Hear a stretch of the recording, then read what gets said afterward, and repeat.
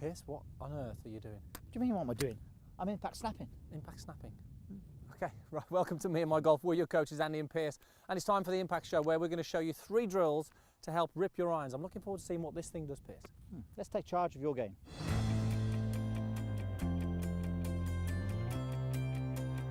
Thank you for joining us here on the beautiful 18th at the Asprey. The winter's here, Pierce. The beanie hats are on, but we're actually going to Dubai this week, aren't we? We are We're in indeed. Dubai right now, actually, if you're watching warmer. this. Yes, we are. We're there now. A little bit. Now, look, guys, before we start today's video, which is all about irons, we have a brand new coaching plan that went live last week on our website, which was Simple Secrets to Low Scores, a 5-week plan that will really help you out on the golf course. So make sure you click the link in the description to go and check out week 1. We know that you will love it. Now, Pierce, training aids is the theme for November. Great so far, hasn't it? It's been really good, yeah. Really good. Lots of interesting ones, but really bringing to you the ones that we really feel that you can see some benefit with you on the driving range. We've got 3 today that's going to help you rip your irons. And really, when it comes to irons, Pierce, the stats show that they are the most important factor to get right to lower your scores. And ball striking is key, isn't it? Why is ball striking so key?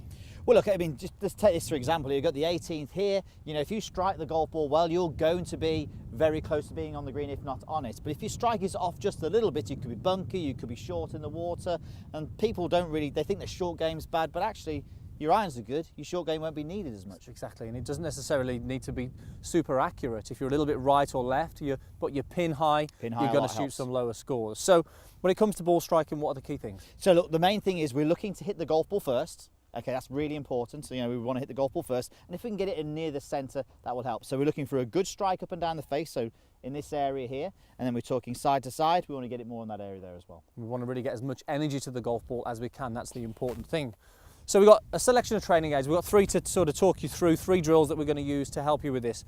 The first one, Pierce, talk us through what this is and what this is going to do. Okay, so this is the Fat Plate Light Viz. So it's actually the latest one they've done. You can see it's actually really bright, which I like because it really draws your attention to it.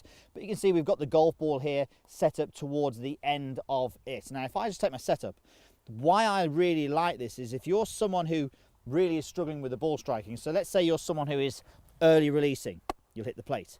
If you're someone who hangs back, you'll hit the plate. Or if you're someone who's just not very good at striking for other reasons, you'll probably hit that plate. So the objective is you just got to hit shots missing this plate. Now, as a result, it will make you move differently. It will make you move more towards the target. It'll make you get that shaft length forward. It'll help you then get the bottom of the swing after the golf ball. You do all of those things, it's going to help you. The great thing about this, you can take it to the range, it's light, you can put it in your simple. bag, but it's a great external focus as opposed to you thinking lots of sort of technical thoughts. It's just going to give you a focus to get that low point more after the golf ball, like Pierce is hopefully going to demonstrate nicely here. And we've videoed people and put people on TrackMan, and their numbers are improved by just putting the plate down. And guess what? Ball flight is a little bit lower. Beautiful strike. And just take a look at that there. We've got a big divot after the golf ball, which for you guys, if you're somebody who hits the ground first, that is beautiful. Right, let's get to the next one. So before we get into this next contraption here, Pierce, just talk a little bit about what we are looking to see with an iron at impact compared to setup, and then we'll talk through how this can help. Okay, here we go. So what I am going to do for you, get myself lined up. Here is setup. Notice where the weight possibly could be. Notice the shaft angle. Look at the body rotation. As soon as I then go into impact, you can see the shaft is leant forward. I've moved towards the target. I've rotated my body. There's a bit more bend in this back right wrist here. The left wrist is a little bit, the lead wrist is a little bit flatter. So you can see that's kind of from there to there is what we're after. And that in itself can be a massive thing for someone's concept if they're trying to return back to setup, which we hear a lot of people try and do. A lot more dynamic. We're going to see a lower ball flight from that and also a slightly better strike. So how does this play a part in getting a better impact? Scratch you back with it. Okay, so this is the impact snap, and it's not for that. It's actually really good. So the good thing about this, you can hear a ball bearing. So what I'm going to do, lead hand, the way we do this is the impact snap logo on the grip is pointing out towards the target. So what I'm doing is you can see where I'm setting up. The orange ball is pretty much in the middle of my forearms. I go to the top, we can hear the ball bearing go down, and then what I need to do is lower body's going to go. You can see lower body's moved and turned towards the target, but look what I've done with the orange ball. I've put the orange ball into that lead forearm. Look at my wrists. Now this is exaggerating. We're not saying you need to be here, but if you're someone who's here when you're striking it, this feel and training is going to be a lot better for you. So I'll do another one. Ball bearing drops, snap. And the good thing is it's dynamic. It is. And I love this here. Look again, look how he's exaggerating that sort of lead. Bowed wrist here and the bend in the right wrist. From here, you're going to feel what it's like to sort of de-loft the club, but also get those hands really leading the shaft forward, Pierce, as well. And the one thing you just need to be careful of when you do this, we don't want anybody doing that. So that's what we see when people try and lean the shaft forward or try and keep more lag. We see that the Impact Snap logo will be pointing out in front. Maybe not quite, but the face will be open, yeah? Definitely. So what we want to see is square it up. So I've got good lag, good shaft lean, but I'm squaring the club face up if there was one there. Impact Snap is facing forward. I'm taking that off you, Pierce. So Pierce doesn't need to do any more of this, but for you guys who are a little bit sort of scoopy through the ball, this is a great way to educate and train those hands and feel where we want impact to be. I think a good thing with this would be to see how the difference in height of all these golf shots as I hit them. Because they're probably going to get lower. That was very nice. That is actually on the flag, Pierce. Maybe a bit too long though, I'd say. Yeah, a bit too strong. Back of the green, there you go, it makes you longer. But again, the same T-peg is in there from the first shot. Divot's getting a little deeper now. Better. Okay, third and final one, Pierce. We've got the Speed Trap from Eyeline Golf. This is an interesting comparison. What's going on here? I've seen this before, and we've obviously used this with some of our clients as well. So I'm going to let you set this up, actually. Okay, so the good thing is it's actually quite similar to the fat plate because it's got this sort of board here, so you can work at the impact, but we're going to be looking at that off-centre hit. And actually with these pillars that actually come out, these foam pillars, you can actually work at your golf swing. So if you're actually coming down over the top or under the plane and you hit these pillars, it actually isn't going to be any problem to you. But we're only going to go on the ball striking on this one. So again, what I'm going to do is I'm going to set it up in the center.